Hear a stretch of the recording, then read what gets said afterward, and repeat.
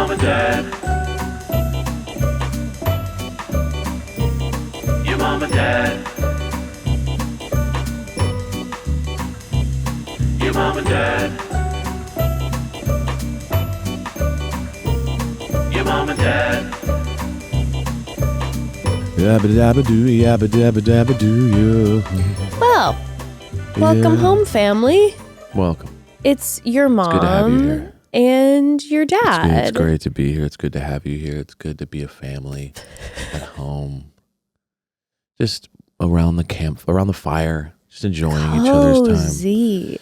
Cozy. You know something about your father and I is that I was going to wear a wedding dress. That sounded like you were going to say something kind of like awkwardly about our intimacy, like in front of you, like in front of your family. Well, your father and I, it just sounded like a movie, like how they're always like, and they're like, stop. I'm just saying. I mean, I can go there if we want to. We were quite the lovers back in the day. But I don't want to get demonetized in the first minute on the YouTube. Of course. Because I think that's what happens. I don't know a lot about the interwebs. No, what I was going to say is that your father and I was going to wear a wedding dress today, and your father was going to wear a tux in celebration of the Love is Blind nuptials. But turns out nobody got married. So instead I'm wearing a shirt that says Hades because it was kind of a hellish experience this season. It was the Great Bride Plague. The what? They came through and they hell no'd. Oh, yeah, the women said, that's what I'm saying. It was like I think that would then be the groom plague because the grooms, they were like, ugh, we don't want them. Sure, what I'm trying to say is that it was very interesting when you just to look at this from the top level. Top level. Was Nick and Joe were the only two that said not interested. Other than that, I think it was like 4 or 5 women were just like, we're done. Well, on wedding day, all the women were like, nope. All the women on wedding day. Then you had Megan before that. It was very interesting. Yeah. Very interesting. They woke up and they were like, I don't think so. We're all set on this. I don't think this and it was funny too because it was like copy paste. Megan, Kalybriah, Allie. Am I missing one? Nope. No, I'm saying another couple. Then there's 2 other couples. Yeah. All 3 said the same thing, which was, I don't want to date potential. It's true. Wasn't that interesting? Yeah. All 3 kind of had the same experience in different forms, but kind of were like, I'm not seeing this come to fruition in the way that I needed it to. Well, I think if we would get into a therapy conversation, I think that is a common thread for a lot of women where it's like, I'm not going to do this anymore. I'm not going to meet someone and do a training session. What's the Dua Lipa song? Training session, I think, right? Or training day? Training day? Yeah, right. No, but it is interesting how it was a common thing for like the guys to kind of sell themselves a little more in the pods as something maybe they aren't. And then you come out, except for Jordan. But in general, it was just they fell in love with the idea of what they could be or might be, not in what they were in the moment, which I thought was very interesting. Yeah. I think a lot of people, now because I don't have to do a disclaimer anymore, now I was able to go on the internet and look up a couple things, which I looked up, just a few here and there because we got some tea in the reunion. But I think people were very unhappy with this season, and a big push of that was that no one got married. Yeah, just a lack of love. And so they were like, yo, casting, what's the issue? Sure. But I will say, unpopular opinion, I'm glad no one got married because none of those couples should have gotten married. And I'm glad no one felt the pressure to actually end up doing it and then feel miserable. And I was glad that nobody got married. The right choices were made across the board. But I will say the experiment worked. Is love blind? It's like mostly, except for maybe Joe, they did fall in love with each other. People, and then you just kind of realized, oh, we're not a match in real life. True. But I will say, it did work in that way. So now, is marriage blind to your personality as well? No. Sure. That's a different show. That's a different show. And they're still working on that one. Is marriage blind to your personality? And that's yet to be discovered. But love being blind, that think, I mean, it seemed like all these people fell in love. For a moment, at least. And then, you know, at least most of them did. I just wonder about this show. Maybe not Nick. But. I wonder about the show in general, because I do think an issue, now that we're in season 9, that we're really seeing, is that because it's become, over the years, such a massive show, that a lot of people aren't going on it just to find someone anymore. I think there's obviously a lot of... It's reaching, like, pinnacle heights where it's like, it's now... Well, also, and I wrote this down, sorry, I'm kind of really chatty today. I love it. Also, there's another thing, which is I wrote this down at the top of my notes because I was kind of having this like moment where I was like, okay, you know, you can kind of get into these modes like where you're liking people, not liking people, you're feeling this, you're feeling that, you're feeling all these things. And then I thought, I think what throws these shows off, and obviously it's good for TV. So it's like you want to do it for the TV, but in the reality is it's the marriage thing that makes it all so insane. So whether it be The Bachelor, course, yeah. whether it be Love is Blind, whether it be whatever, it's kind of like you meet someone, you talk for a couple days, you live with them for a couple weeks, and then you're going to get married to them. Right. And then if you don't get married to them, we look at it as a failure. Or and engaged, it's kind of like, dude, I was with you, love of my life. We were completely in love for years. And even then we went to the altar nervous. Of course. So it's like, think about getting to the altar like 3 weeks into knowing you. So it's interesting how we all look at like, oh, what a failure. But in reality is it's like, if someone makes it, it's more like that's a freak situation. Yeah. Oh, for sure. You Yeah. know what I mean? It's the 1 in a billion. Yeah. And then all that pressure that puts on your relationship, that like any sort of little issue that you're kind of, that you would normally just slowly work out over a year. Yeah. You're like going, well, I got to make a decision in 2 days if it's going to be with this rest of my life with this person. And so you panic and you bail. You know what I mean? Like, I agree. It is an interesting kind of thing that sometimes I kind of go, man, I don't think we're sometimes registering how much pressure that is when you're struggling with like, are we good together? No, we just then talk shit on a podcast about it. That being said, they are wrong if they don't get married. They have failed if they do not get married. But I do think that there are a lot of people were unhappy because they're like, what's with casting that nobody ended up tying the knot. But I do also think a large part of it is because I think the cast wasn't super likable. Yeah, and I also think that, again, the factor of social media and this becoming a career is changing the dynamic. Also, if you get on Love is Blind, what people have come to realize is not only could your social media and career pop, there are a plethora of shows that then you could join in the Netflix sphere, because there are so many, you know, Perfect Match. There's so many offshoots of different Netflix shows. Yes. Then it's like, oh, great. Now I have a full reality TV career for the next 10 years if I go on Love is Blind. So then I feel like you're getting people who just aren't. It is interesting. Really wanting to. Yeah, really wanting to connect. Although I will say, the women seem to be a lot more into it than the men. Well, does that make sense? Yes. Like that the women, you would like, they seem to be a little bit more like, I'm down to do this actually. Well, we're pure of heart. I'm not trying to, you know, I'm just saying, it just seems like that. It seems like. Well, hence why I'm always skeptical of every single man that's ever been on Love is Blind ever. Like, you know, I start the season going like, there's something up with this guy. Yeah. Even if they turn out to be a lovely guy, I'm like, I don't know about him. Well, one of the ladies that I do want to get into that I don't know about, well, I do know about, I know how I feel, is Kacie. Yeah, the whole Kacie, Joe, and Madison thing, it's like, and Patrick, we got to get into it because she's back, and we were so happy she's back because we were super afraid she wasn't going to show. I could not believe she showed up. Yeah, because it's like, what's in it for her other than maybe there's a contractual thing? Because I'm going, you're just disliked. Like, there's not like you also kind of had this amazing situation. Like, it was all bad. Either she had to do it, obligation contract, or they offered her some extra dough, a paycheck she couldn't refuse, and she walked away with a ring. So she got a ring and maybe a big old paycheck. Lost and so it, it's won like it boom. back. A little bit of Toll House. Huh? Dough. Get it? What? Yeah, so I was saying she got some extra money, some extra dough. Oh, Toll House. Cookie dough. Wow, that was a deep. Yeah, and I appreciate that. Enjoy. He's a comedian. Let's get into this. Let's get into it. But first, family, we've got to take a quick pause. Well, this Love is Blind season was kind of the worst. But you know what's not the holiday season is here. The holiday season is here.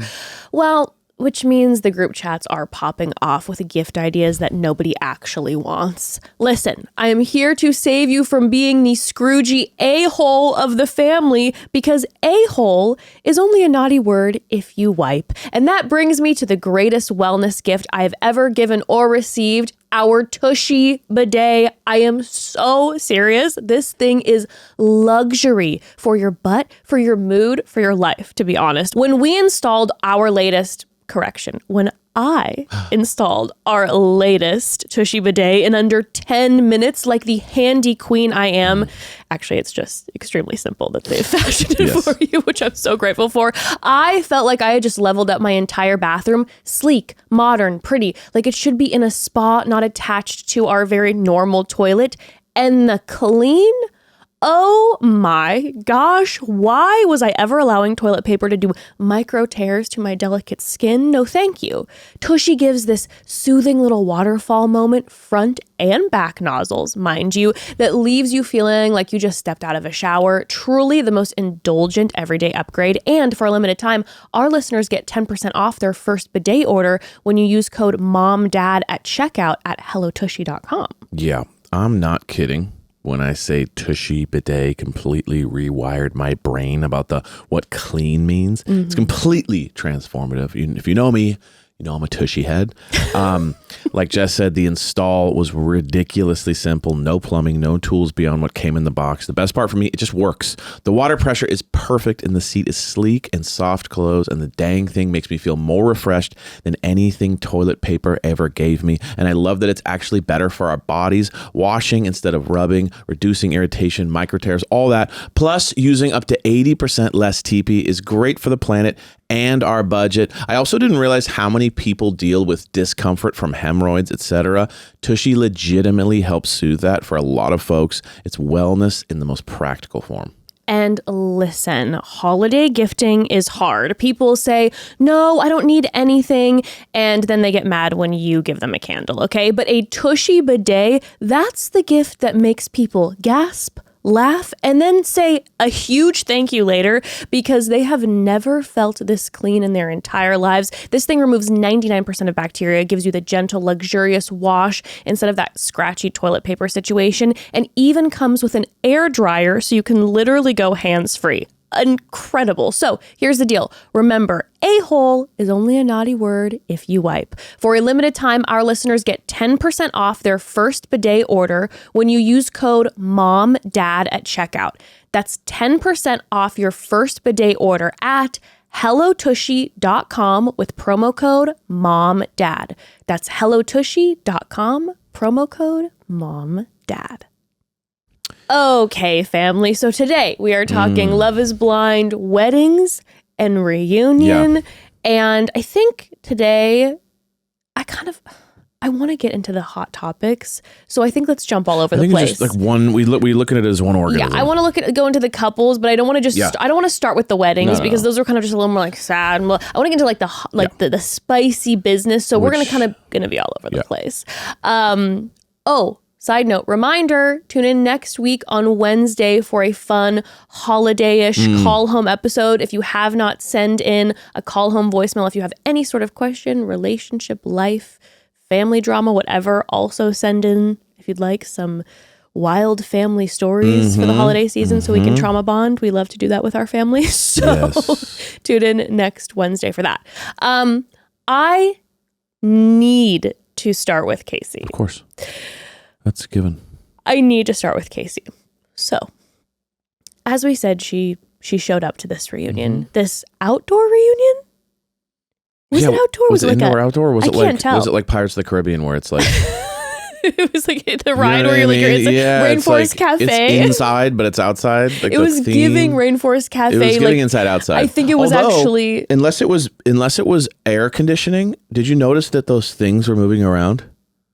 There was tons of hanging lanterns, and they were moving like this. Maybe they got a natural wind inside the studio. I think the AC was hitting it. Maybe Nick asked for a natural wind. Yeah, and then someone was just singing. Like music was great. Don't get me wrong, but there's people singing them in. So that was like kind of strange too, because it made you feel like it was outside, because the stage had like, it felt like like bonfire energy. And then there's like a basketball player in the middle of it. It was definitely, there was some weird moments. Are we inside? Are we outside? There's an artist playing like a random song just kind of in the middle of this. And then we cut to Chris Paul, like a super famous basketball player, doing a drill with people where a person lost their ring back. By the way, very strange. But by the way, when they were shooting hoops with Chris Paul, I was so anxious. Can you imagine being in the audience? You're like, I'm going to get my face dented in. Chris Paul, I know he's gonna crush, but Patrick, Kacie just shooting hoops. That basket was right in front of a bunch of people sitting there. They could have had some serious damage, a lawsuit on their hands. Just honestly though, I'm not trying to be mean. That's a very Karen-y thing to say. You know what I mean? Just be like, this basketball could have came out of nowhere and smashed my brains in. It's like, or you could use your hands and just go, oh, I could have died out there. I'm suing this damn studio and show with it. My dang brains could have popped out my ear balls if the basketball came careening to my brain. That's an insane take. I don't have fast reflexes. Like, oh yeah, just like, oh, the ball kind of comes near me, you just kind of push it away. I could have died out there.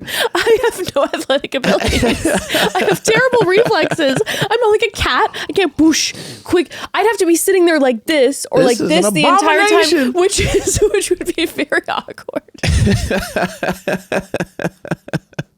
Fine. So give me a glass shield. Sorry. Very funny. We were totally kidding you guys. Everything's going great. We're in a weird mood. It's kind of anyway. Yeah. Okay, so Kacie, Patrick. That's the first kind of thing that happens. So they start talking about everything that went down, and they ask Patrick. They're like, "Hey, Patrick, what was it like to see the footage now? Kacie's ITMs right before she ended things with you. What was it like?" And Patrick was like, like it was cool, but it wasn't cool. You know what I mean? He's just so broed out that he can't even talk. He's just like, it was sick, Nar.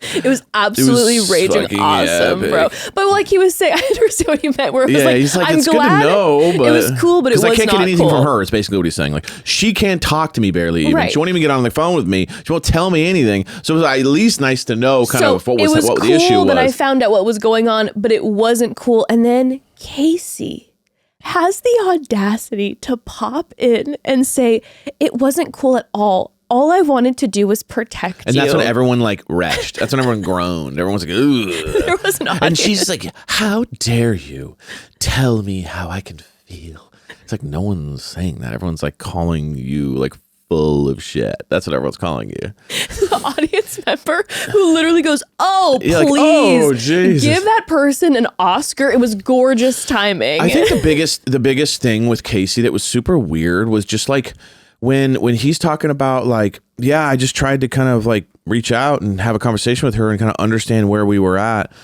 And she kept saying this, like, I wasn't ready to have the conversation yet.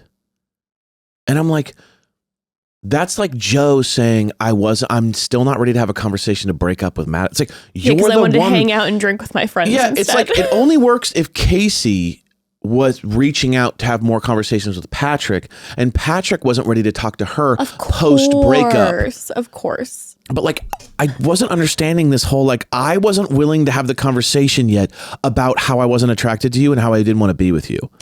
Well, it's like, so you're not contacting him and allowing him to have a conversation with you to understand if you're still engaged because you're not ready for that. Like, talk about a selfish person, dude. It's so crazy. Listen, Kacie is the president of the whole world and she can do whatever she wants. I could not believe the level to which Kacie was attempting to craft a narrative to make him look Patrick bad for it. Villainous, where she was bringing up that, saying that he was doing this, that, and the other, also saying, well, remember when we first saw each other face to face? What did you say, Patrick? And he's like, hey, ex-wifey. And she's like, now is not the time. It's like, he was trying to let air out of the tires.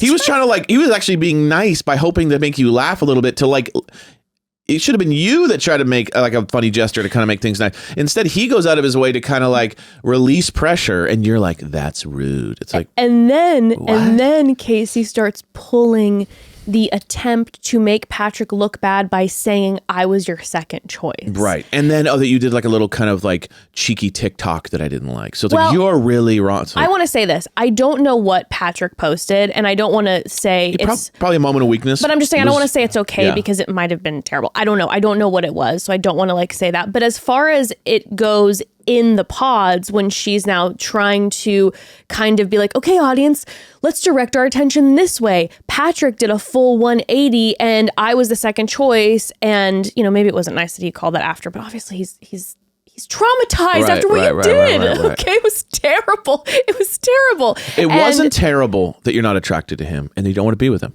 There's nothing wrong with that. It's terrible that you lied, you strung him on, you made it look like you liked him still. You did all that, right? There's nothing wrong with being like, hey, you know what? I'm not into this guy. It's not my vibe. I can't help that, blah, blah, blah. It's what you did following and strung him along, and he's going to Mexico thinking, I think we're still maybe together. It's like, you did that, and that was bad. Yes.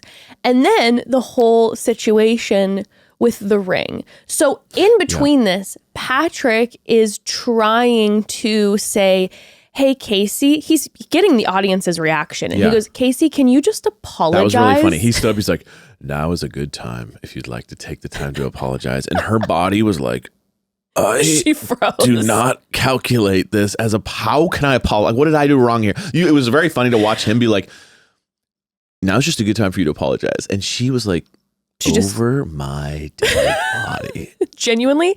And what he said then too was he's like, the apology isn't for me. I'm doing this for you because this is going to help you look a lot better. Right. Okay. And she just wrestled with him over it. She just sat there cold, like just waiting. Like she wrestled with him. She eventually gave one of those fine. Yeah. I mean, I guess. Yeah. Listen, I'm sorry. I'm sorry. It was one of those. And then offered to give him the ring back. So basically we had people like Allie and numerous of the cast being like, yeah, what was with the ring thing? Netflix gives us the ring. So Allie was like, why is it anyone's to keep? And why are you deciding to take it? And she was like, well, Patrick wanted it back. And Patrick was like, it's for the symbolism. It's not because of the money, it's for the symbolism. I do like that he took it because that was hilarious. Even though he lost it in the end with the basketball thing, which sucked. It was very funny that he's like, it's for the symbolism, but I don't need it if it's like one of those things you really need. And she's like, no, you can have it back. He's like, thank you very much. I'll take that right now. He's like, I'll make some money on this thing. It'd be awesome. Which I did kind of feel. I'm like, hey, you know what? You got burned. At the end of the day, like make a couple grand on this thing. Like you go for it. You know what I mean? Like, no, straight up. But I have to say, like, she doesn't deserve to win money off of it. That's all I'm saying. If someone's going to sell the damn thing and make a couple bucks, it's not you, Kacie. What should be happening is this ring should be going to a nonprofit. Okay, sell the money and just do that. Okay, for the love of goodness. But what I did read is that, which I think makes it a little more insidious, and I don't know how much, but from what I'm aware of, I could be wrong, but from what I'm aware of, Patrick paid to upgrade the ring. That's the issue. There is a level of, if, like they got the base model and then he did a couple tweaks to it. But I've heard they can pay to upgrade a ring, and I heard the rumor that Patrick, maybe it's a fact, that he upgraded the ring. So there's a level of like, I also paid some extra money to try to wow and woo my future bride by giving you a bigger ring. Not effective enough. And you're like, I'll take that. Thank you very much. So she finally apologizes. And then Netflix does the weirdest thing ever by showing them like playing like mini basketball in the pods. And then they're like, you guys, let's settle this on the courts. Yeah, Chris Paul's here. Like, what? Like, you guys are going to take out your animosity in a Paul, game not of a guy's basketball. Guy. Not a guy's guy at all. He's like, by the way, put your ring up for it. And then he loses the ring. I was like, bro. Chris Paul is the one who pushed. Chris Paul's the one that created that whole concept. Dude, what the hell? Patrick is like, I just got the ring back. So there, Kacie, very, very good basketball player, really, by the way. I was very, very impressed.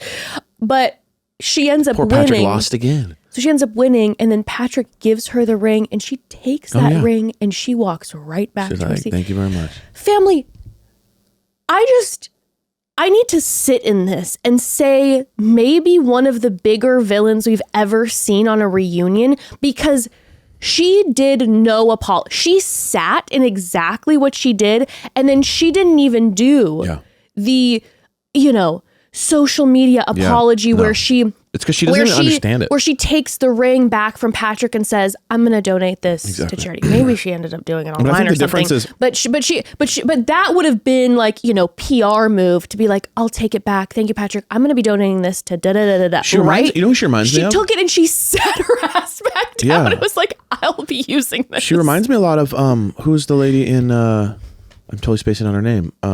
Golden Bachelor, who was like the one that was like the last year was ugly.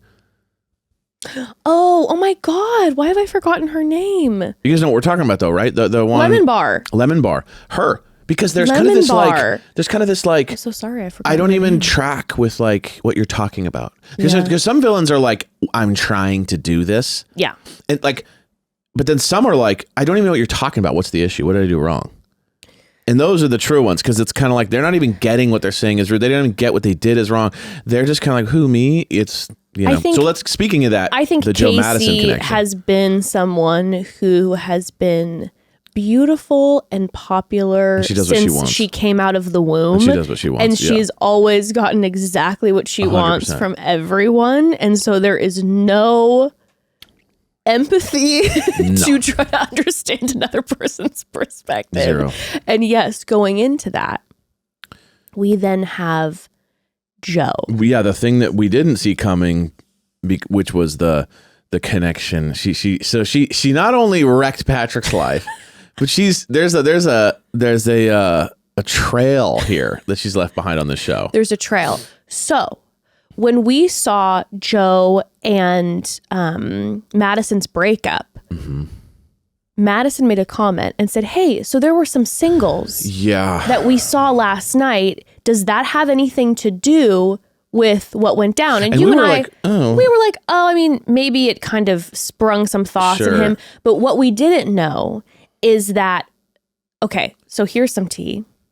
I believe it was on the Love to See It podcast that Madison said their breakup, they had already broken up and they refilmed the breakup. Right. Which also then kind of makes sense to, I know we were talking about how Joe was like, "I'm so relieved and done." And she was then super like, "It's okay." Also, she was like, "I slept a bit. I feel a little better now." Yes. I think they had broken up the night before. But she was now wanting some clarity and they wanted to film it. And then Love is Blind was like, "Hey, we didn't get to film your breakup, so you're going to be breaking up on camera tomorrow," which is so weird when you think about that. And also the magic of television. And also really kind of, it makes his yawning and stuff make a little more sense because it was like, oh, you did this again? So not that I want to give him any credit, but it makes more sense. Doing it twice and you probably didn't sleep the night before because of it too. Like you're definitely like not. So this is the timeline that went down. Okay. So tux and wedding dress fitting day happens. And Joe, as we saw, was runaway groom during the tux fitting. Yeah. Madison doesn't know anything about that. A bunch of them all go to a bar later and meet up. Madison is chit-chatting with Joe's friends, talking about how much she loves him, and she turns around and she said, "I see Casey's paws." Oh, yeah. She said paws on Joe's chest. Yeah. And they were flirting. And then Joe apparently told Madison, "Casey is having googly eyes for me." Which is so annoying that he said that, by the way. That's such a, like... Well, it's him getting ahead of it, going, "I'm not into her, but she's into me. There's not much I can do there." Versus, what are you talking about? There's nothing there. You know he got caught flirting. Yes. And then he looks across the room, sees that she saw the paws on the chest, and then is kind of like this crazy, walks away and just goes, "Dude, she's kind of all over me." Like, yeah, I don't know, man. It was like, so wild that she was annoying, just, like, she's not even my type, man. Like, it's so crazy. Insane, like, so I'm out of here. So just as a heads up, So of course, then it makes so much more sense why Madison brought that up in the conversation. Yeah. And then what ends up unwinding too is that Madison's like, "I had no idea you ran away during the tux fitting, that you were over. You let us go to a group bar hang where I'm thinking we're getting married in 2 days. And you didn't break up with me before that. You waited till we got home." And Joe said, "Well, I wanted to have a drink with my guys. I didn't want to have that conversation yet." Oh! Yeah. That was interesting. I fell out. I was watching it in bed. I fell out of my bed. Yeah. The level of selfishness and wild behavior to say on camera, well, I wanted to get a drink with my guys, so I figured I would just break up with you later. And guess what? We're going to talk more about Joe and Kacie, but guess what? Joe did not receive any kickback from the audience. Everyone just giggled at Joe because Joe kind of shrugs and goes, yeah, probably shouldn't have done that. Whoopsie. And I want to talk about that because it was setting me off, and everything then clicked why Joe is such a trigger point for me. It all hit me during the reunion. Okay. It all hit me. Okay. And I must discuss. Okay. But first we need to take a quick pause. This episode is sponsored by BetterHelp. And listen, the holidays are here, which means holiday traditions are officially traditioning. We've got the cookie baking, we've got the matching pajamas, and the chaotic family group chats. But this year, I am adding a new tradition, one I actually think should have been here all along, and that is checking in on my mental health. Checking in on my mental health. Every December, I feel that like emotional dip. The days get shorter, everything gets busier, and suddenly I'm carrying way more than I'm talking about. And honestly, I realized I don't want to go into a new year holding on to things I could actually be working through. So this year, my holiday tradition is therapy. Real therapy for real support, because here's the truth. So many of us walk around thinking we should handle it on our own, but needing help is not a weakness, okay? Opening up about what you're carrying is strength. And if you're feeling the weight of the world right now, talk to someone, a friend, a loved one, a therapist. And if you want something easy and accessible, BetterHelp is that place to start. I love that you said that because therapy has been huge in my life. I didn't realize how much I was holding in until I finally talked to someone who could help me actually unpack it. With therapy, I learned why certain patterns keep showing up, how to set boundaries, and how to be more present as a husband, a dad, and honestly, just a functioning human being at this point. And BetterHelp makes the first steps so much easier. They have over 30,000 licensed therapists. They've helped 5 million people, and their therapists cover so many areas: anxiety, relationships, stress, emotional regulation, family dynamics, all of it.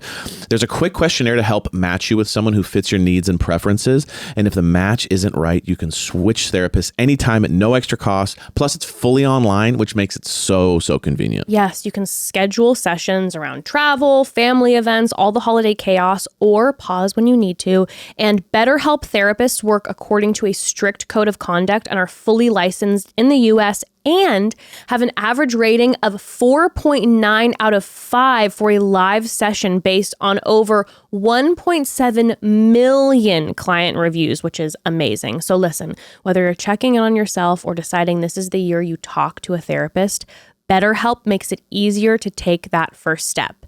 This December, start a new tradition by taking care of you. Our listeners get 10% off at betterhelp.com/momdad.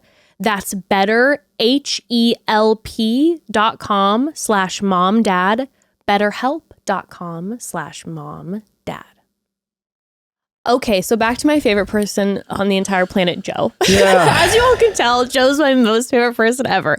But Joe's sitting there in the reunion with his new mustache, looking like Officer Joe. And this is why I've been getting so triggered by him. Okay. This entire time during the reunion, so many things come out that weren't good about Joe, right? How he handled things with Madison, the dynamic with Kacie, him even talking about this new girlfriend being like, well, she didn't even want to date me. And then finding out how him and Madison ended up meeting up soon after the breakup. And he said they got in an argument. She said she was trying to get closure. And then he starts making out with her right beforehand and crying, which of course then makes her hopes go up again, right? And he's like, yeah, probably shouldn't have done that. Everybody laughs. It's because Joe presents this like character of being like, I don't know, it's just me, it's just Joe, which is why like I said, from the very beginning when he's like, yeah, guys, I don't even know how to talk to women. Yeah, right, dude. You're the one who in the last year and a half has dated like 50 people, okay? Yeah. You're that guy. You date all the time. You know exactly how to talk to women, and you're the type of guy who plays the who me guy to charm the women. That's your game. And so he's able, because he's kind of like, well, I'm just kind of this harmless guy who I don't even know what I'm doing, that everyone, instead of holding him accountable, just laughs it off because it's just Joe, and he never has to pay the price. There's no consequences for this guy. 100%. Versus if Joe was saying the things, like, let's just say, if Jordan was saying the things, or if Edmond was saying the things that Joe's saying, they'd be getting roasted for it. But everyone's kind of like, well, it's just Joe. Oh, and it was setting me off watching it. I was like, no, you guys, listen to what he was doing. So basically, we find out that after him and Madison broke up, that him and Kacie started seeing each other for a month and a half, a good amount of time. They were trying to make it very clear that there was no overlap, that it had nothing to do with why he broke up with Madison, blah, blah, blah, blah, blah. It was doth protest too much energy. Like, we did not even see each other for months. I'm like, sure. Yeah. So him and her end up ending.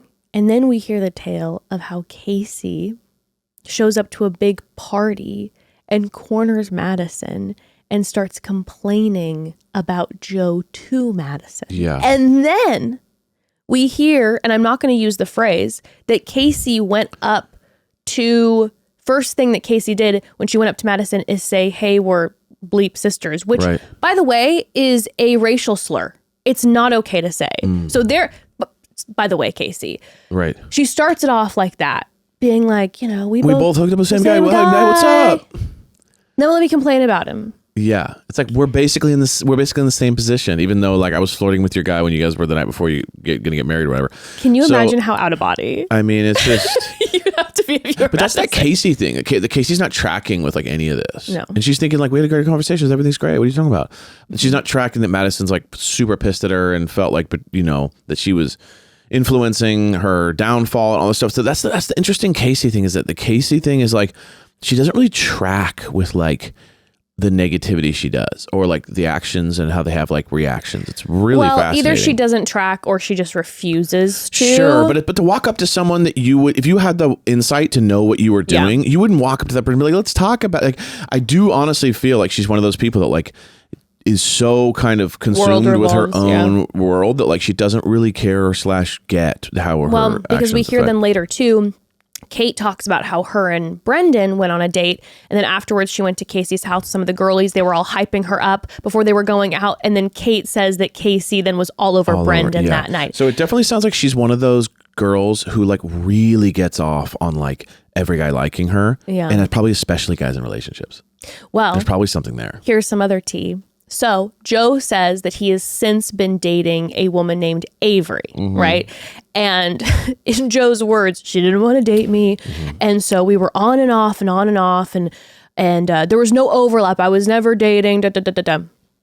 Well, I saw an article that Avery, who is, by the way, I looked her up, a gorgeous family lawyer and dating coach.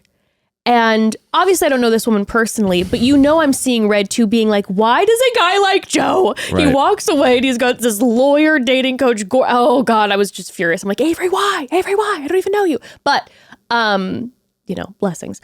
But she went on a podcast. I'm so sorry. I forget. Was it Reality Recap or Reality Receipts? Anyway, I'm so sorry. But she said, she confirmed there was no overlap. Yeah. So she was defending him in that way. But what was interesting is that Avery said that she really likes Madison. Her and Madison are good because Madison's friends with Kait and Avery was friends with Kait, and they're all good. She goes, love Madison, great, all's good. She said, I do not like Kacie. Oh, for sure. Because she said that while her and Joe are dating, that Kacie is DM sliding. Oh, yeah. She's trying to do the whole Totally. thing. So there's a through line. So that moment when Kacie looked at Kait and was like, I was not flirting with Brendan. Right. I mean, proof is in the pudding here. It looks, the trail that's No been one left trusts is Kacie. everyone's just like, no, no Kacie. She's a boyfriend stealer. She's a boyfriend stealer. Yeah. That's what it seems. So anyway, the dynamic with Joe and Madison was Not great. really, really bothering me. He was just wanting to be over with, and she wanted to at least just kind of call him out, which I thought was good. It was like, we were able to get some context to some of these things. Like, what's this party thing that happened? What's this thing? And what's the relationship with Kacie? When did that happen? Like, she wanted to kind of let people know, like, hey, I'm not crazy here. Right, You know what right. I mean? No, but she was class during she the was whole great. thing. She was standing there, Felt bad for her. beautiful, like, just perfect posture, just being like, really, Joe? Right. Just not Yeah. dealing with it. Yep. Oh, but also there was the moment, just to wrap up Madison and Joe, there was the moment where Vanessa was then like asking Madison, did you ever figure out exactly why Joe said no? And I was so happy for Madison that she had her moment to be like, hey, you know what you were saying about my body is not okay. Yeah. And just like coming for him in that way, like on the stage. And of course though, what does Joe do? Joe, well, I didn't know that wasn't the case at all. That wasn't the case at all. And he's like, well, clearly it's like all we did was fight and fuck. So, and then everybody laughs and I'm like, hey, that doesn't mean that he still wasn't attracted. Dude, he's just, it's so full of shit. Full of shit. But I was glad that she had that moment to be like, hey, but what I wanted is for everyone to cheer on Madison, not to then let Joe have his moment where he makes his stupid little quippy comment and everybody laugh. Yeah. So I have some words with you, audience. Yeah. Maybe they inserted laughter production did, I don't know, but I have He definitely seemed to kind of get away with it. He can always get away with it. Now, who wasn't able to get away with it, who was trying desperately, was Mr. Nick. Yeah, he went on the full. So his strategy was different. His strategy was to come out and be like, I'm sorry I even exist on the planet. I want to apologize for my soul. I want to apologize that I take up any space in the universe. I am disgusting. I am horrible. And I cannot believe my actions. And I should be hated by all forever. Like I lay prostrate before you. It was interesting because it was like at first he was just kind of like, it was like, oh, it seems like a good apology. Yeah. And then it was like, then it started to get like really like a lot, you know what I mean? Where she's like, I did feel like you kind of were telling me, that you love me also. And he's like, my behavior is disgusting. And that's when she was kind of like, I don't know if I'm buying this. You know what I mean? Like, it feels just a little too much. Like, it doesn't really line up with your emotions either. Like, that's the thing with him. I fully agree with you. Initially, when he first came out and was his first couple lines, you were like, oh. Well, the fact that he was like, hey, I used faith as an excuse to try to control the situation instead of being honest with you and telling you that I had a stronger connection. And what I did was wrong. And when he first said that, I was like, I can appreciate the fact that Nick actually like named and said, I used faith as an excuse. Like, it wasn't just like some, sure, I'm so sorry that I made you feel that way. I'm sorry you're mad. Yeah. Yeah. It was like, oh, it's very specific. Sure. But yes, it continued. The groveling went so hard. Really deep. And then Kait goes, hey, so just behind the scenes energy for you all. It's been 1.5 years since we filmed this. Right. And I've seen Nick numerous times. We all hang out. Nick's never talked to me or apologized to me. And the only time he's DM'd me is when he found out I was going to be on the reunion. Yeah. So the proof again is in the pudding, where you're like, okay, so he didn't do anything until finding out like, oh no. Yeah. And what I think was happening too. So Kate's obviously calling his ass out. And she's like, I'm not having it. It's not genuine. It's fake. And at the end of the day, you and I went back and forth a lot about Nick's behavior in the pods versus out of the pods. And out of the pods, he was being patient and everything was good. Yeah.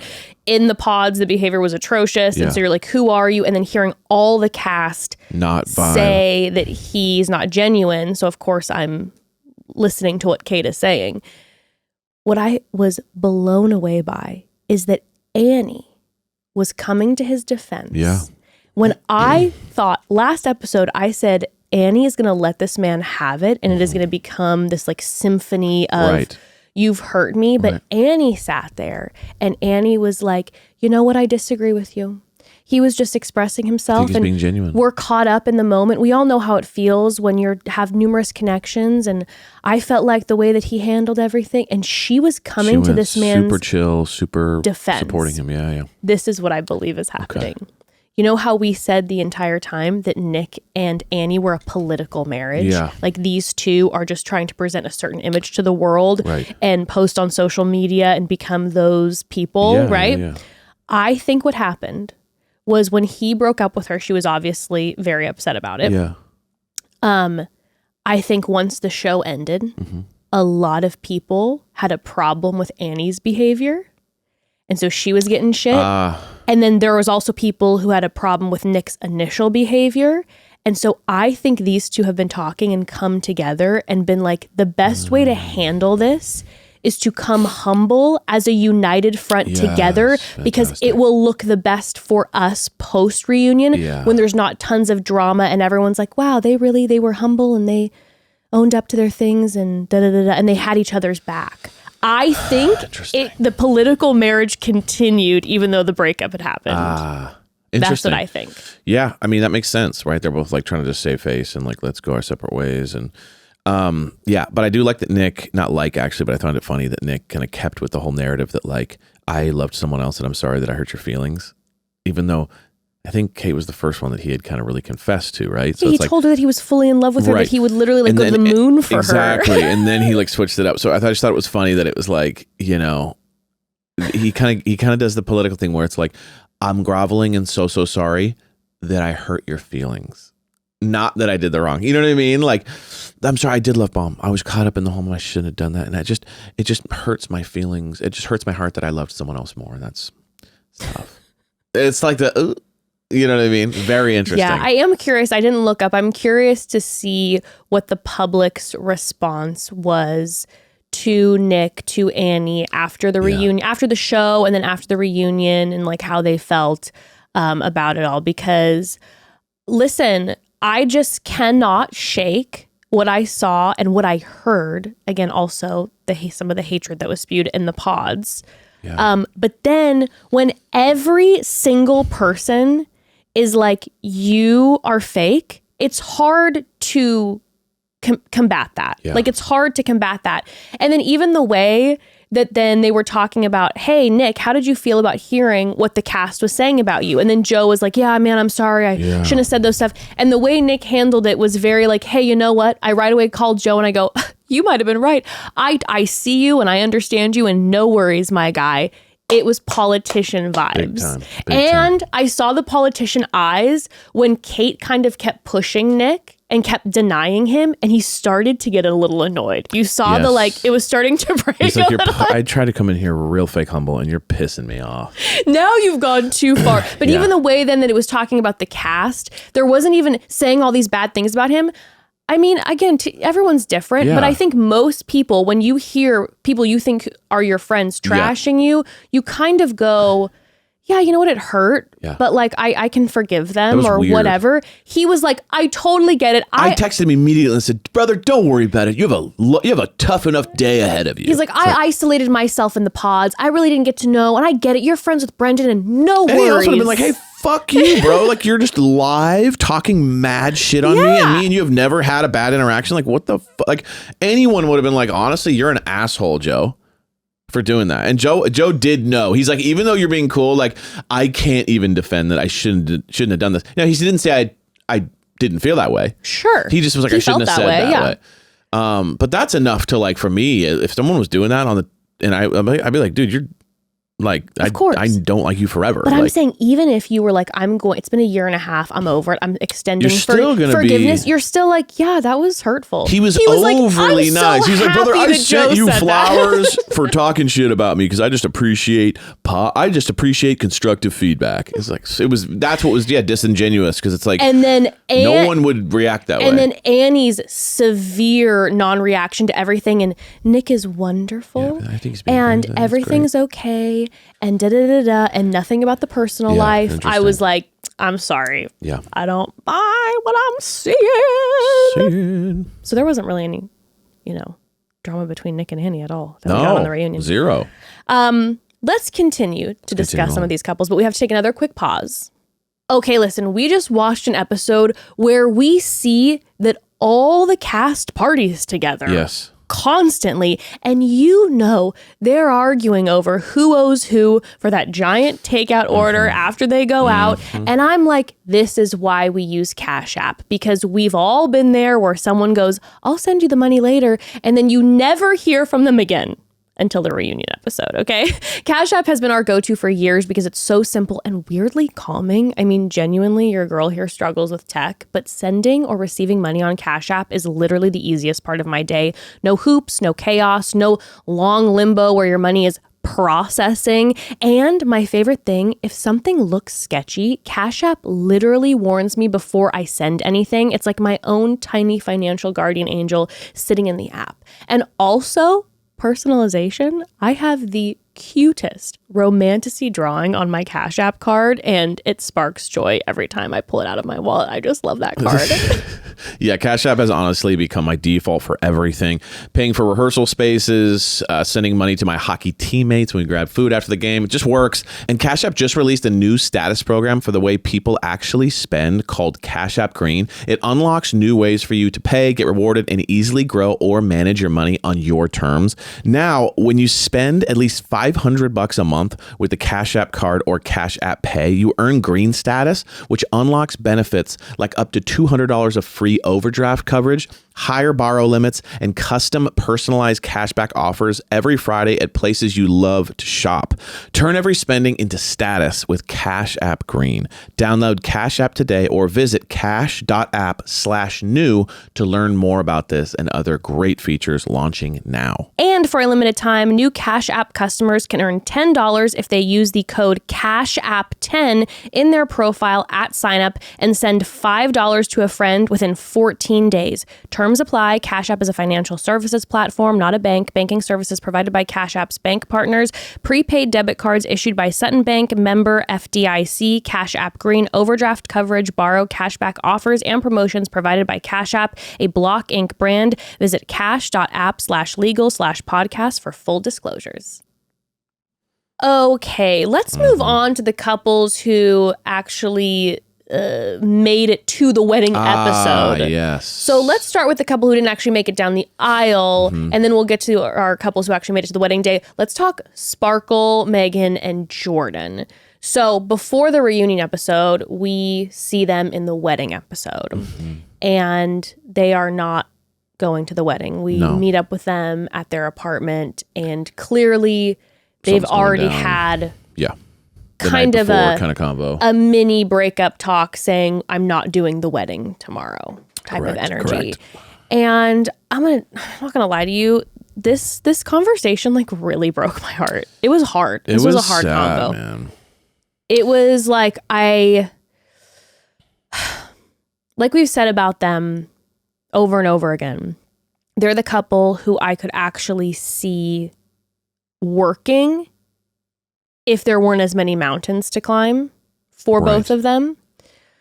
And so to see her, and she's had the conversation with her friends the night before where they're talking about the reality of being Luca's step parent and, you know, what her lifestyle the lifestyle she's looking for with the traveling and a nanny and whatever, and that's not what Jordan's interested in and all of that. And watching her struggle with that, my heart really hurt because on the one hand, I don't blame Sparkle Megan for getting as far as she did with Jordan because I genuinely feel like she loves him or loved him.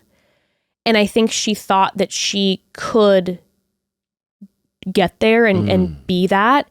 But all of a sudden when it's like, you know, until we're actually in the circumstance, we really don't know. And so I do think that Sparkle had good intentions throughout this whole thing. I think the way that we saw her always making sure that Luca was okay and the conversations about him and Luca's mom and all of that really showed that she did care. It was just that like, hey, this is such a big responsibility and I don't take it lightly, and I can't tell you, I can't marry you unless it's like 100% yes, especially because of your situation.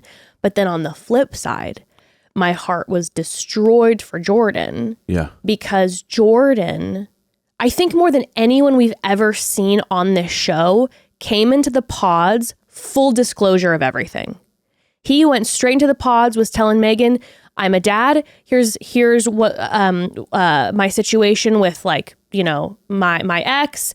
Here's everything about my son. I don't make a ton of money, even though it's your lifestyle. I don't drive the fancy car. Like, he did the opposite of trying to sell himself in a fake way. He was so real. So to be so vulnerable and so real from the get, and then to find out like the day of the wedding that the person's like, yeah, no, I'm not okay with that. Yeah. Is gnarly. Yeah. It's gnarly. Yeah. And him being so like eyes full of tears and then saying like, I regret introducing Luca and Megan to each other. Like it broke my heart. Yeah.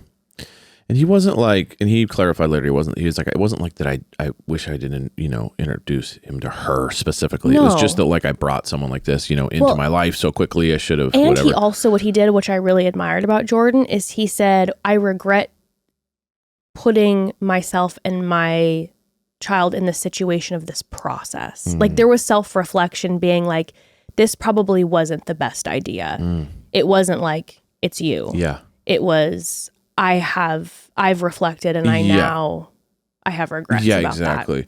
Interesting. You know, I mean, we saw this bubbling, we saw this coming, we saw the whole vibe, you know, where she was trying something new.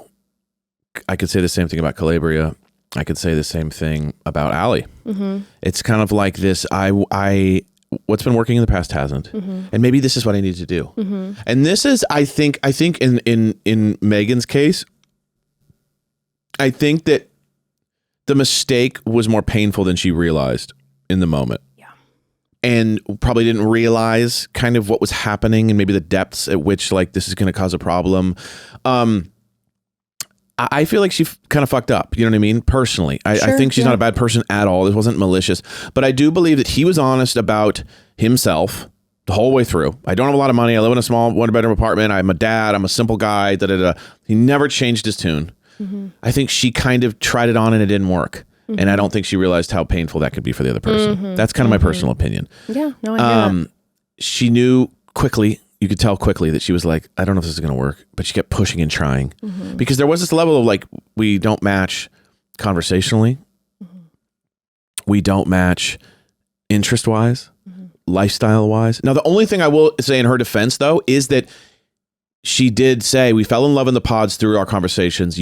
We leave and then you stop talking. Yeah. That's the one where I'm like, I do understand that. Where it's like, we had these great conversations every single day. And then all of a sudden we get home and you're just always too tired. Always too tired. Always too tired. So it's a little bit like, that's huge. So I think it'd be interesting to know if they would have kept the great conversations going, where that could have gone. True. You know what I mean? Interesting point. Yeah. So I think it's everything hitting, and especially the conversation thing, or if he would have brought more energy to the relationship, that could have worked possibly. But I think it's much better that she moved on and did her thing, and then obviously shocks us out of the left field. So at the reunion, Sparkle, Megan, they have a moment with, you know, her and Jordan where they're kind of like reconciling, and you can tell he's hurt by her, but they care for each other. And then Sparkle's like, well, I'm actually a mom now. And everyone's like, what?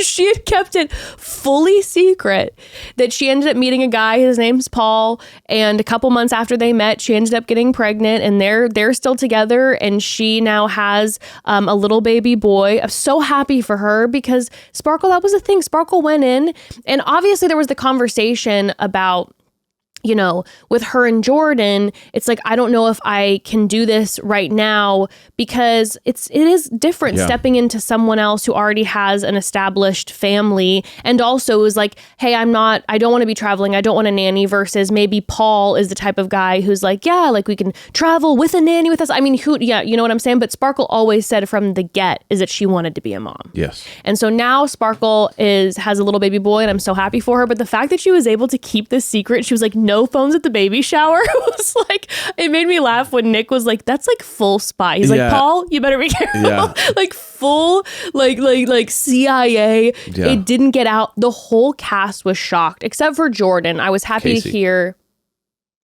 Oh yeah. What was it? Kacie knew the whole time too. So like kind of low-key seems like Megan and Kacie are Don't love that. I mean, whatever. We all have friends, you know, that we don't agree with their personal lives. You know what I mean? True. But Jordan, I like to hear that Jordan knew about it that wasn't sprung on him. Well, Megan's seems like a very respectful, nice person. Like, again, this is just a difference. Although separate. I love how rich her boyfriend looks. Dude, I'll tell you what. He looks like a CEO of a finance company. It's like, giving Jeff Bezos. And you're like. It's giving Lex Luthor. You know what I mean? He just kind of had that like sharp, like, hello. And I was like, this makes sense. Shaved head. This makes sense. It was very CEO mindset grind. He's not in a one-bedroom apartment like Jordan. He's definitely loving the finer things. A little older. Exactly. This is what Megan's type is, and she found she found her type, and hopefully it's a combo of what she was looking for, more of her type, and whatever. But Jordan talks about Mike because apparently. Sparkle and Mike went on a date. Yeah, and then it just wasn't working in real life. Made me go, oh, Sparkle. She wanted to try. I mean, I get it. If you're single and you're like, hey, I thought we had maybe a connection. I know, but I hate that because Mike was like, that's what I'm talking about. Welcome back home where you should have been. And I did appreciate very much so. Thank you, Love is Blind. That Vanessa gave Jordan a moment to address Mike's comment about Luca's diabetes. And it was like, thank you, science. And thank you for this moment because that needed to be addressed. And so Jordan was able to discuss that and discuss science and not whatever, RFK thing Mike was going off about. And, but Jordan right away then said, Mike called and apologized to me and then he made a donation and I really appreciate him. And Jordan absolutely did not need to say anything nice about Mike, especially when Mike was clearly hitting on Sparkle while they were engaged and then saying this in the pods about his son, all of this. I just have to say, Jordan seems like a wonderful guy. He does. He really does. Really does. During the reunion, I liked his energy. Even though, him and Joe, I don't like that dynamic duo. We all have that friend that kind of influences us in a bad way. Don't like that dynamic duo. But the fact that he was kind of laughing, he was loose. And then check in on him. He's like, sorry, I'm ADHD. I don't even know what's going on. Yeah, it's very funny. Seems like a really sweet guy. He does. He said he's not dating anybody right now because he's like, I'm focusing and focusing on my kid and I'm really taking this seriously. And he has a real quality of honesty and transparency, and I've appreciated through, even though he had his moments of mistakes, I'm not, again, we're all human.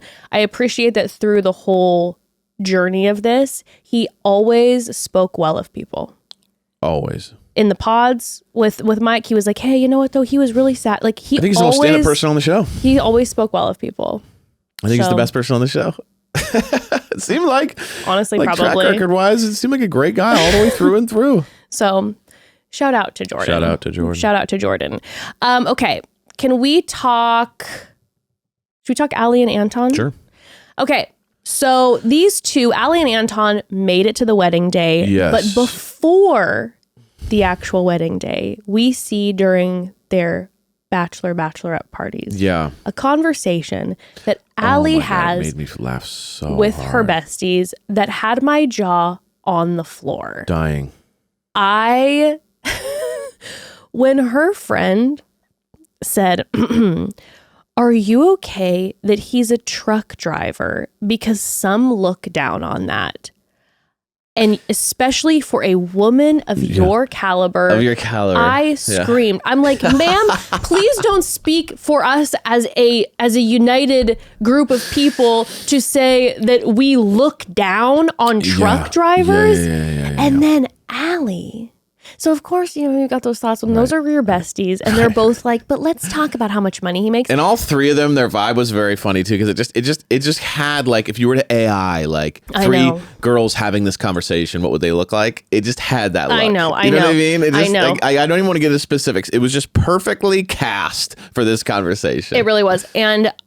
But then Allie's response, where she was like, well, if that's what he always wanted to do, like, I would absolutely have a problem with it. And I went, oh boy. No. Oh boy. Because here's the thing. Obviously, the show at certain points had alluded to Allie being like, I want that money, honey. Sure. And then I even went off where I was like, the show's painting her this way. And then you end up finding out that Allie is a hardworking nurse who also wants to get her master's. So I'm like, I think they're exaggerating the money thing.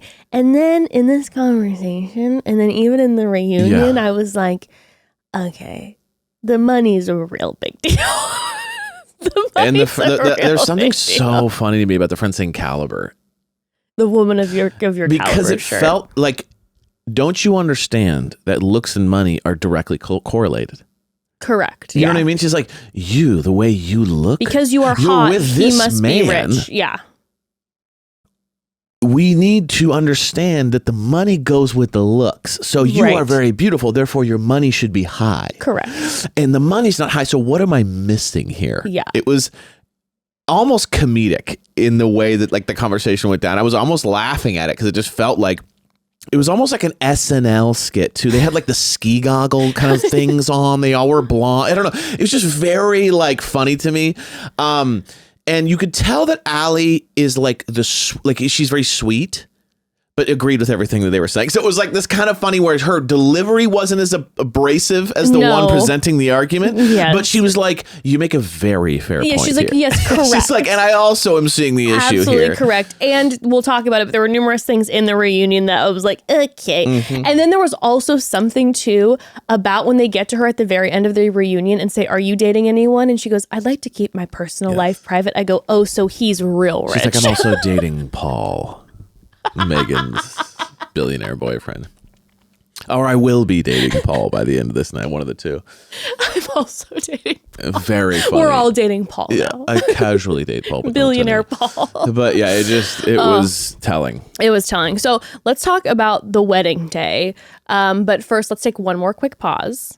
Hey, so Sparkle Megan is a new mom. So I have something for you, Sparkle. But first, here's a tale. Gather round, because I had one of those I am not built for this nights last week. I opened the fridge at 5:12 p.m. Ember is exhausted. Evan is drilling holes in the wall. The dogs are barking. Pure chaos. And all I could think was, I don't have the energy right now to start researching what I should make and possibly burn, aka likely burn, aka definitely burn. Okay. And that, family, is why I thank Nurture Life with my whole heart. This podcast is sponsored by Nurture Life. And if you don't know yet, they make nutritious meals and snacks that kids actually want to eat. Their menu is perfect for babies and kids from 10 months to 10 years old. Everything is fully cooked, balanced, and ready to serve in 1 single minute.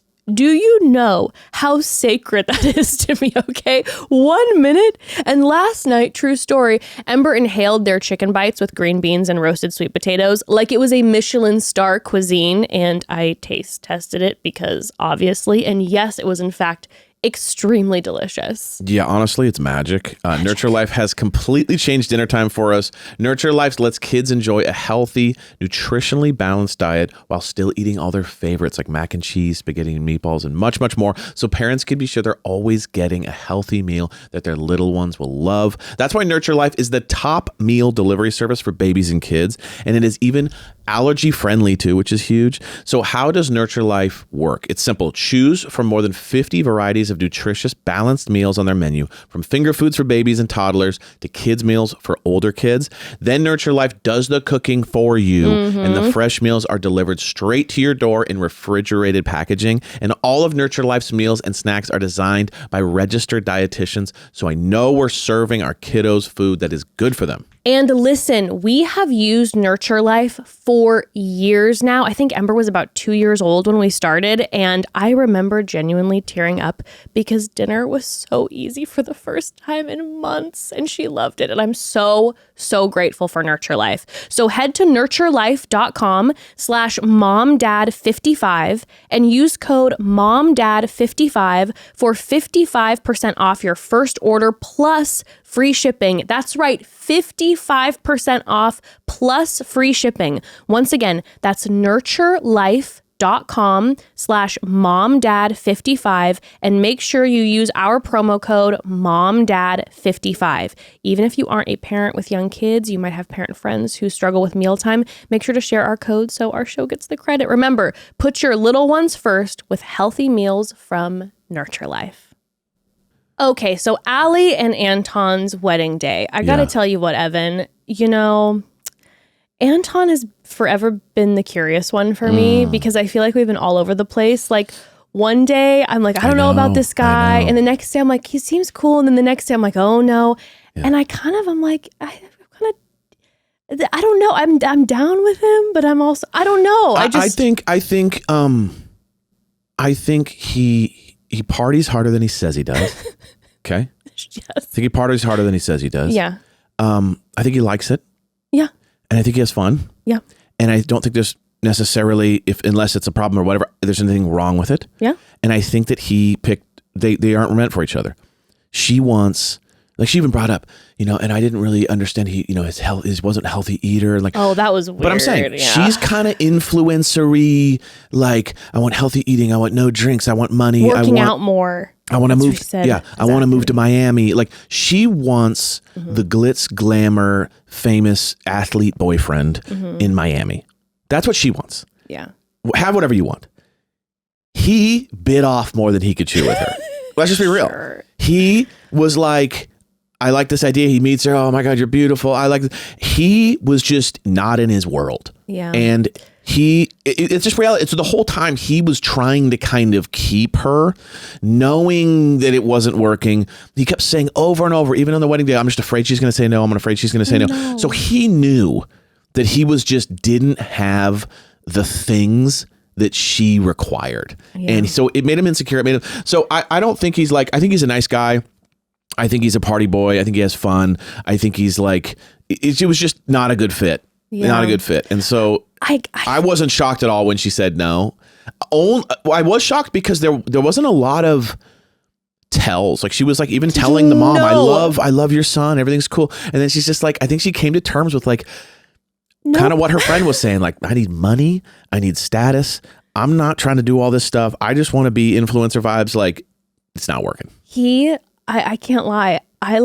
My heart hurt for him on the wedding. Because you could tell, like, did really want to marry her that day. But you could tell he was expecting it. Because he didn't break down in tears and stuff. You could tell he was like... But when he was having... Man, is his mom sweet. Yeah. His conversation... She called him she called him her golden boy. She loves him. Does he have siblings? I don't know. I was wondering. She said, you're my favorite. I know. I don't know if I was like, that is some old school vibe.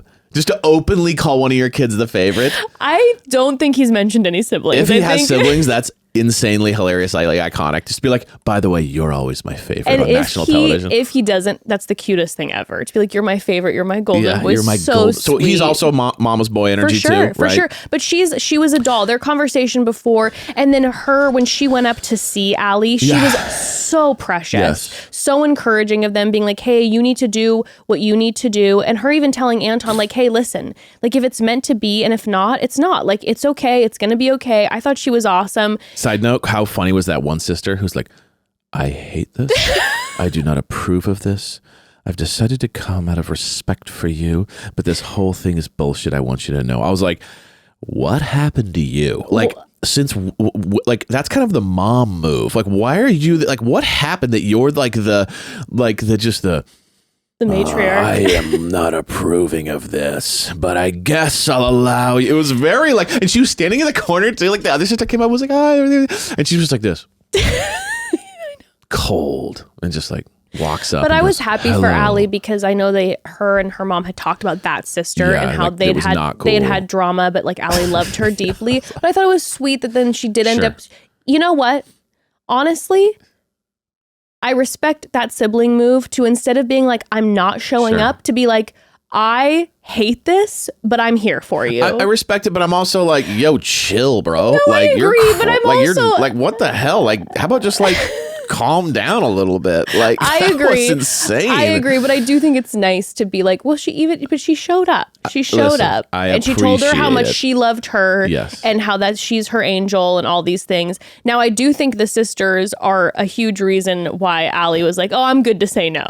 My sisters are like, don't do it. No one agrees with this. And so she's like, I'm going to have support. Sure. I'm going to walk off and they're going to support me. Thank God, yeah. But where I hurt for Anton is I know he was like expecting it. But when Allie walked down the aisle, she was beaming. Yeah. She walks down the aisle, big smile, walks up. They do their vows. She is beaming at him. Versus Kalybriah was like clearly visibly nervous. She was kind of nervously smiling a little bit. You could tell that she was kind of Allie, zero nerves. Zero. It was fine. No, I was like, oh, is she going to say yes? I thought she was going to say yes all of a sudden. I was like, oh my God. And then all of a sudden she's like, no. And I was like, oh, shoot. So that really broke my heart for Anton, because if I was Anton, I'd be like, okay, we're good. Maybe I'm off. Yeah, we're good. Like, she's beaming. She was. But it was interesting because after she said that she can't be with him, and not only that, she didn't just say, I'm so sorry, it's just not going to work. She kind of did a 1-2 punch where she's like, no. And then she's like, you're not the man that I met in the pods. I was like, a little bit of like a, and I'm like, just so you know, you're not enough. We don't have to add insult to injury, lady. Like, my God. It truly was. And I want to let you know, you're not enough for me. That's what it felt like. Plenty for you. Yeah. But you're not enough for me. You're and not just so the guy. you know, I feel this way. You sold yourself wrong, blah, blah, blah, blah, blah. But, you know, I think her beaming the whole way down the aisle and then even in front of him and saying her vows and everything, one of her sisters afterwards was like, well, you looked like a model walking down the runway. And I'm like, I think that's what she was serving. I think that she was is serving her number one concern in life. She was serving Vogue Bride. Like, is that, did I accomplish that? Cool, then we're good. I don't and you know what, Allie? My God. You were literally an angel floating down that runway. So you did that. But you know, she's on the ground sobbing afterwards. She felt terrible. Yes. She did care about him, I believe. She felt terrible. He was devoed, you know, throwing back some champagne, adding to the lore. Baby. Yeah, just his number one move is to crush champagne. You know what I mean? Not sip on a cocktail, crush champagne. He's always doing this. Every scene, he's like, his head's all the way back and he's refilling. Well, then at the reunion, we don't get a ton with these two. No, it was mostly about the fact, that whole conversation about the strip club thing. Well, so we find out that, number one, Anton thinks that... Yeah, he threw shade at the ex, at the friend's ex-girlfriend. Was it an ex? Oh, yeah. No, he's like, yeah, she's gone. She's out of here. Oh, like, you can tell him and his friend were like, we hate her. She doesn't want to because he said, you know, she tried to come on and get her 15 minutes of fame, talking shit about me kind of thing. Yeah. And so you could tell that he was really pissed about kind of like seeing that. Anton was like, she's met me twice. Yeah. She just wanted to get famous. I don't know this woman, but I'm going to tell you, I highly disagree. That was not giving. She said that in the bathroom. Okay. That was not giving, I want my 15 minutes. That was giving, I don't want my boyfriend to party anymore, and he's my new boyfriend. They're a bad influence for, and I don't want, and I just want to make this clear. Yeah. That was giving like girlfriend that's like, I don't want my boyfriend to party but anymore. still wild to do your first time meeting someone. That's a little bit later down the road. Not like, hey, by the way, just so you know, these guys go to strip clubs and they're kind of fuckboys. So like, can we even be on the same team? What was really interesting, though, is that we found out that Allie never had the conversation. That was super fascinating. Anton. Now, Weird. I wonder if that's because she was already out. Yeah, probably. They're like, I don't want to get into it. No, she just wanted to keep staying on the show, maybe for some followers. I think that's what it was. I think she's like, it's not worth getting into all this. I'm already off him with the drinking. I'm already off it with the fact that he's not living the lifestyle. He's not rich enough. Like, I'm already kind of done. I'm going to let this play itself out because I want to get all the way.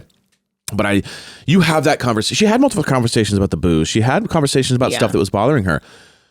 The fact that she didn't bring up like kind of a big one, I think she was already done. Well, because then they ask her, when did you know it was over? And she said, it's when he came out in flip-flops in Mexico. Which is the first time, like day 2 of them knowing each other. And then they said, was it the flip-flops or his feet? And she was like, both. And she was serious. She gives men nightmares because she's the girl that like, you just fall asleep in a chair and she's like, I saw him sleeping and it disgusted me. And he's like, I'm just sleeping. And she's like, yeah, I'm completely off of it. And you're like, okay. You know how I had said, I think that she got the ick. Like, I think I had mentioned it maybe even in Mexico. I was feeling that from her. And I was like, there's the ick is there. And she like, I think she confirmed it. And because that's early. That's early. And also like, I don't know. It wasn't a good look. The whole thing kind of wasn't a great look. It was like, I was vibing with Allie and, you know, I'm not saying, you know, like bad vibes, but it just was, it also, I was like, oh man. I think she's very, like, it just gives me the vibe that like the boxes that need to be checked are the front ones first, and then personality needs to be there. But it's like she needed a lifestyle and he was not providing that lifestyle. And I think she could sense it from day one. I mean, she did say that she is not super outgoing and she was looking for an outgoing person. Yeah. And he was not that way at all. And then they did show a clip at the very, very end where they're just sitting in dead silence. So you know what? I have to say this too. Yes. To Allie, to her credit, maybe it's not just, and it just kind of felt that way, but it might have even more than anything been that feeling when... Kind of the same Jordan issue. It's like both these guys come out of the pods and they're kind of just like sitting there not saying much. And the girls are like, ooh. But there's also, I feel like, a different thing because Jordan and Megan were still having fun. Sure. Allie and Anton, you know when you're texting somebody and the texting is flowing and then you meet in real life and you don't know what to say to that person and that feeling is creeping inside. Like that might have been what was going on. And so it's like, I gotta run. What would have happened if both of those guys showed up personality wise? True. Like how much that would have overcome those other issues. Yeah, if that wouldn't have been then an issue for Sparkle or for Allie. Yeah, interesting. I don't know. All right, let's move on to our final couple who made it down the aisle, and that was Kalybriah and Edmond. Mm-hmm. So let's talk before the reunion. Let's talk their wedding day.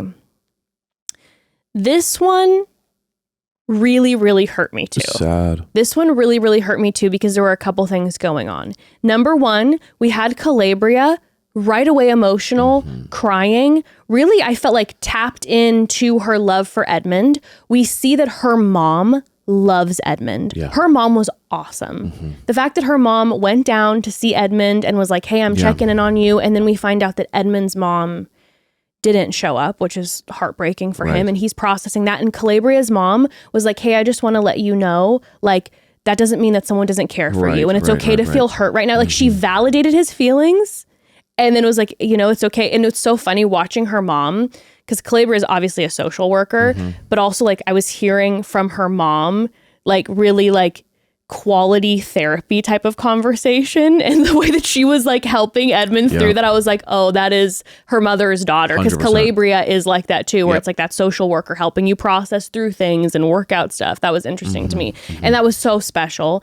And then the biggest, honestly, probably the most touching thing out of this entire season was Edmond's moments with his teacher. Yeah. So his teacher shows up and it's the teacher who he said changed his life. And that first interaction, all of the interactions, but that first interaction was so beautiful to me because he talks about how she changed his life and was there for him when he was struggling. But then she reciprocates and is like, you changed my life too. Like you made me the teacher I am. You came in dancing, singing. He's been Edmond from day one. You came in dancing, singing, all the things, and I was stressed out, like, how do I teach? But because of you, I learned that this is how some kids learn and all this, and now I'm able to be a better teacher. You changed my life. Yeah. And it was this beautiful relationship. And then she walked him down the aisle. I was a mess. So I'm like feeling, I know, because of what we've watched for the past, 12 11 episodes that these two should not be together. Yeah. But that wedding day before, I was like, maybe they should try to work out. I was feeling all of the emotions and I was getting really like caught up in the emotions and the sweetness of it. But then while they both had beautiful vows to each other. But like you said earlier, I could feel that Kalybriah felt more nervous. And Edmond was like, I'm all in. I have no questions. I have no doubts. But then when they say the I do's, he says, I do.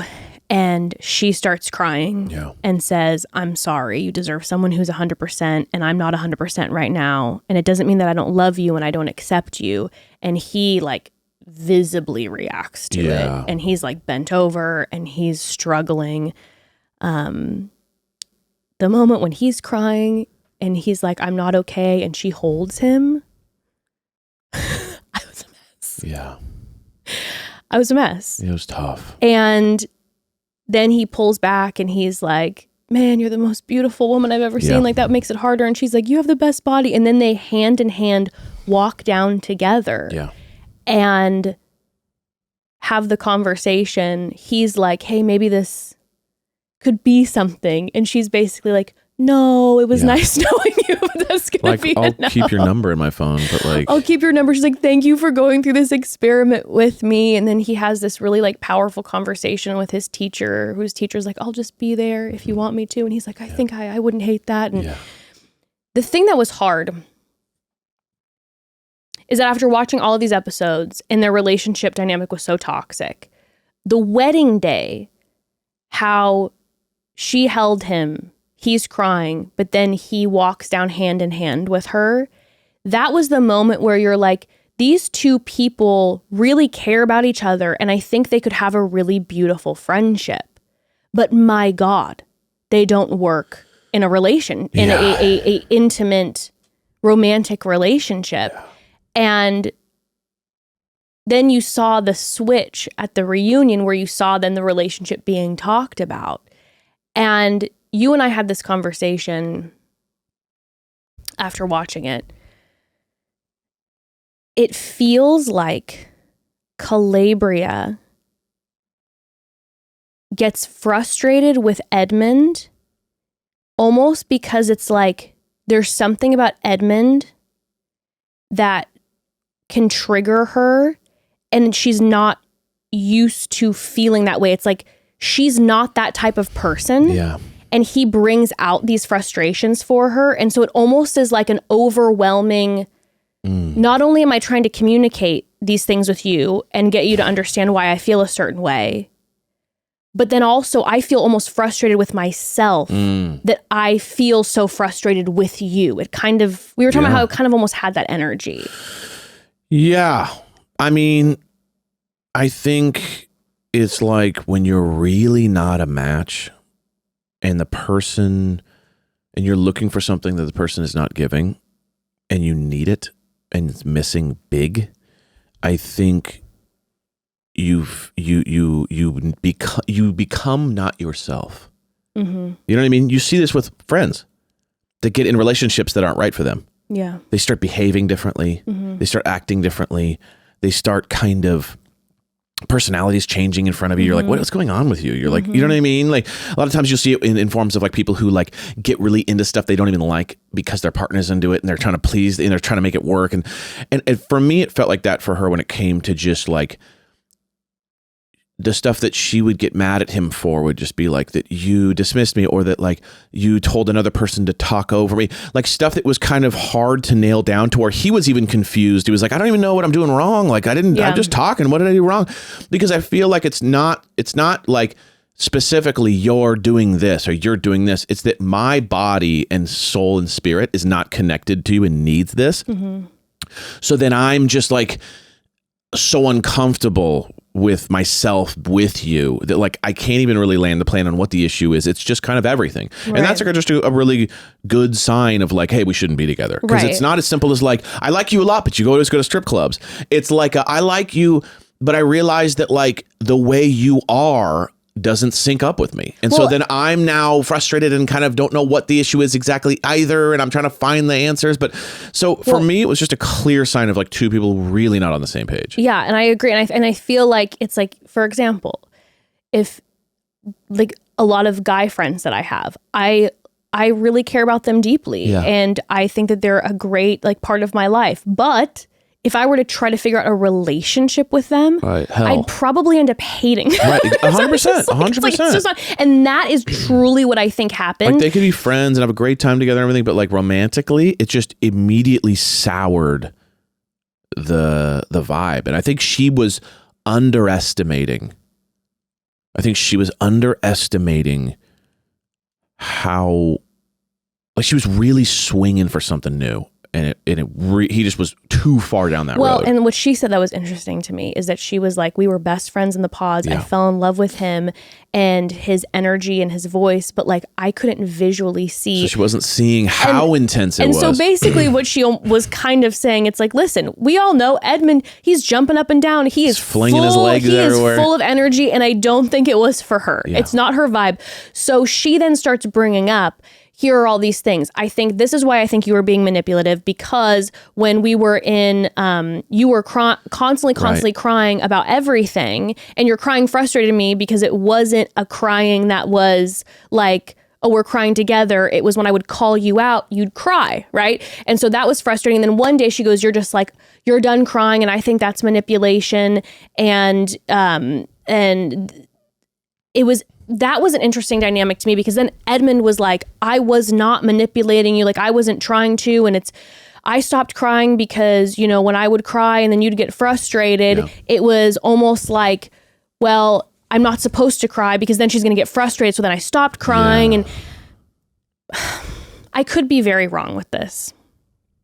I'm not saying that Edmond's tears sometimes are subconscious manipulation.